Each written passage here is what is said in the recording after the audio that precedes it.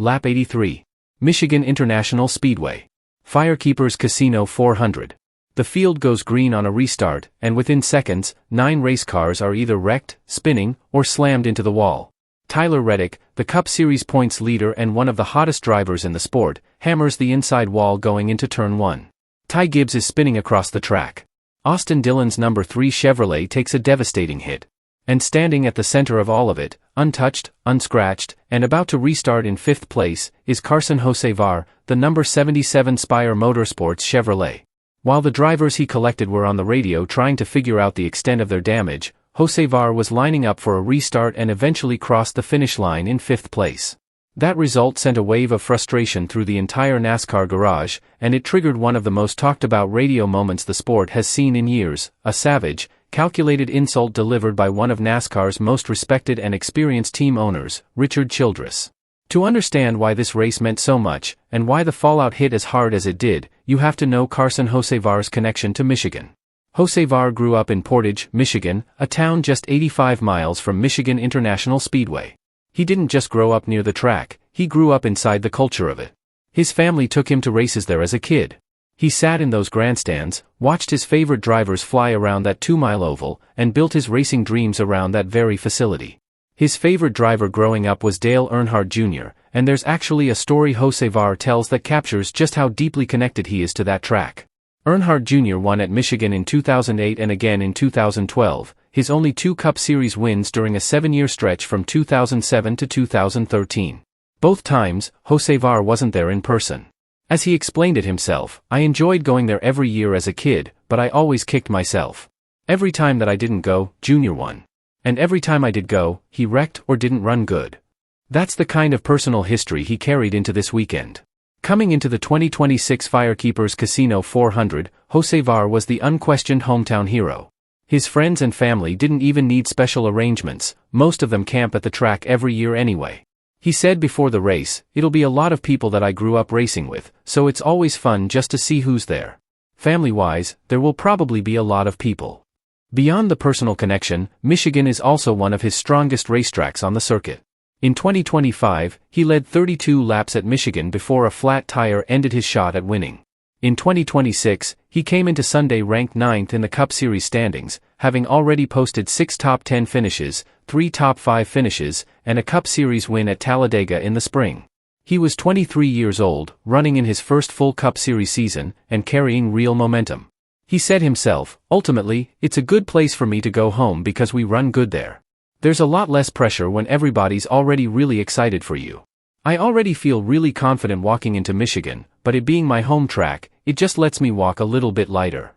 A win would have also written his name permanently into the history books. No driver born in Michigan has ever won a Cup Series race at Michigan International Speedway. Brad Keselowski, from Rochester Hills, came closest with 3 runner-up finishes. Hocevar had a legitimate chance to end that drought. Instead, what unfolded on lap 83 changed the entire narrative of his weekend. The FireKeepers Casino 400 had just gone green after a caution period when everything unraveled. Hocevar, running the number 77 Chevrolet, made a judgment call on that restart that the entire garage is still debating. He believed the cars in front of him were accelerating faster than they actually were, so he made an aggressive move to go 3 wide, trying to find space and gain positions. The field ahead was more tightly packed than he anticipated. He drove directly into the back of Hunter Nemechek's number 42 car and turned him sideways across the racing surface. What happened next was unavoidable for every driver caught behind that moment. Tyler Reddick, who had been having an extraordinary 2026 season and entered Sunday as the Cup Series points leader, had nowhere to go. His number 45 Toyota spun out and slammed hard into the inside wall going into turn 1. Austin Dillon nearly threaded his way through the chaos, he almost made it. But Reddick's car came sliding back up the track, and Dillon's number 3 Chevrolet took a direct, race-ending hit. By the time the smoke cleared and the safety crews moved in, 9 cars had been collected, including Reddick, Gibbs, Nemechek, Dillon, Denny Hamlin, and Zane Smith. Dale Earnhardt Jr., who was working the race as a broadcaster, laid out exactly why the fault landed on Hocevar. Jr. explained that Hocevar was moving left to attempt that 3-wide move, but he already knew contact with the car ahead was coming. More critically, Earnhardt Jr. pointed out that with the level of experience Hocevar has in these Cup cars, he would have known that turning left while making that contact would absolutely send the car in front of him spinning. Junior added, "I don't know that Hocevar can escape the disappointment that a lot of drivers are going to have here. That assessment matters, because it reframes the moment. This wasn't an inexperienced driver making a panic decision. This was a calculated aggressive move made by a driver who had the experience to understand the likely outcome, and made it anyway. That's precisely why the reaction from the garage was so swift, and so sharp." The radio chatter erupted almost immediately. Brandon Benish, Austin Dillon's spotter, was the first voice heard calling it out.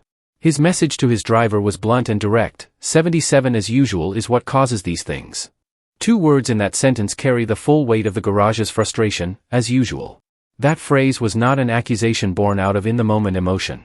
It was a statement of pattern, a signal that this behavior from Hocevar had been building for long enough that nobody in the garage was surprised anymore. It was exhaustion, not shock. Then Richard Childress came on the radio. The quote was first reported publicly by Jeff Gluck of The Athletic, and it spread across NASCAR social media within minutes. Childress said, "Yeah.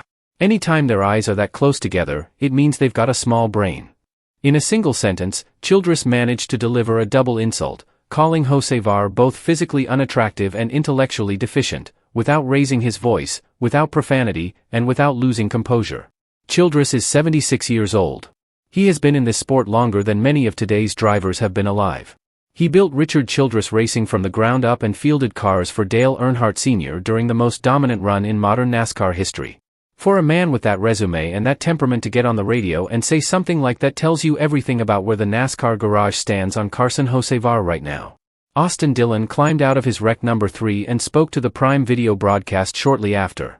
He kept his composure, but the message was unmistakable. He said, "Super unfortunate. I've seen one replay, but what I saw, I looked like the 77 got in the 42 and turned him." Then he made clear this wasn't something he planned to move past quickly. "I hope at some point he figures it out, but I'm not going to show anything to him for a long time. I'm mad because we had a fast race car. It sucks. We almost got through it." In NASCAR, not going to show him anything is not a casual phrase. It means no favors on track, no racing room, no courtesy passes. It is a direct signal that Dillon intends to remember this. Hunter Nemechek, who was the first car Hocevar made contact with, put it even more plainly: "You can count on Hocevar to junk up S____." Even William Byron, who was not involved in the wreck at all, expressed zero surprise when informed that Hocevar had caused the crash. That level of unanimous reaction across the entire field is not something that happens over a single incident. Now here is what made the garage even angrier than the wreck itself. Tyler Reddick finished 35th. He had entered Sunday as the Cup Series points leader, having not finished outside the top 15 in any race all season. That streak, one of the strongest consistent runs anyone in the field had put together, ended in seconds because of contact he had no role in creating. Ty Gibbs suffered damage and dropped valuable points. Austin Dillon, who had managed just one top 10 finish in 15 races entering Michigan and finally had a fast car under him, watched that opportunity get erased. Hunter Nemechek somehow salvaged a 14th place finish on the lead lap, which under the circumstances was a remarkable result. Then there is the Denny Hamlin story, which deserves its own place in the Michigan record books. Hamlin won the pole on Saturday, but unapproved repairs to his diffuser forced NASCAR to send him to the rear of the field for the race start. While the lap 83 chaos was collecting 9 cars, Hamlin was quietly working his way forward. By the end of the race, he had gone from last to first, a complete field sweep that stands as one of the most impressive individual drives Michigan has seen. Hamlin won the FireKeepers Casino 400. And Carson Hocevar, the driver who triggered the 9-car pileup, finished 5th, just one position behind the race winner. He collected a strong points day while the drivers he wrecked were filing damage reports. The nickname the fans gave Hocevar is Hurricane, because wherever he shows up, things tend to get messy. That reputation did not start at Michigan. It has been building since his late model racing days back in Michigan, and it has followed him into the Cup Series. He has drawn public criticism from drivers including Ryan Blaney, and Sunday added a long list of new names to those who have spoken out against his on-track decisions. Hocevar's philosophy has always been straightforward: he races hard, he is not going to apologize for it, and he believes that taking risks is the only way to compete at this level. That approach has delivered results. A Talladega Cup win, 6 top 10 finishes, and a 9th place points standing through the first 14 races of 2026 are not the numbers of a driver without ability. But the consequences of that style are also real and measurable. 9 cars damaged at Michigan. A Cup Series points leader derailed. Multiple drivers openly threatening retaliation on the record. NASCAR had not issued any official ruling on fault for the Lap 83 incident as of race weekend, but the garage had already delivered its own verdict the moment Benish said, as usual, on that radio.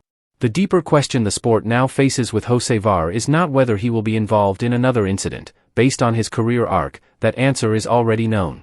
The real question is whether Hocevar will reach a point where he can channel that aggression with more precision, or whether the garage will eventually reach a breaking point and handle it themselves, on track, in real time. Austin Dillon said he is not going to show Hocevar anything for a long time. Nemechek said you can count on him to cause problems. Richard Childress delivered the most memorable line of the entire race weekend without ever leaving his team's pit box. And Hocevar drove home from Michigan with a 5th-place finish and a garage full of enemies. That is the full story of what happened at Michigan International Speedway on June 7, 2026, and it is a story that is not finished yet.